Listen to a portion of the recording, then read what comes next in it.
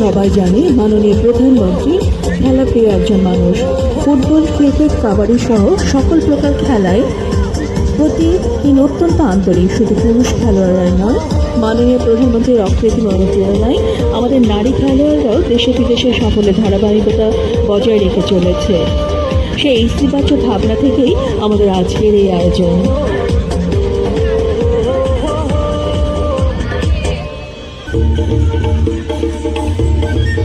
এই ছেলেরা এখানে আসো, ফ্ল্যাগ হাতে ছেলেরা এখানে আসো,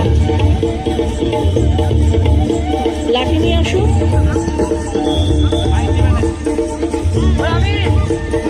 এই সবাই সুন্দর হয়ে বের হও ছেলেরা, এইভাবে তোমরা এইভাবে বের হবে না সামনে দিয়ে।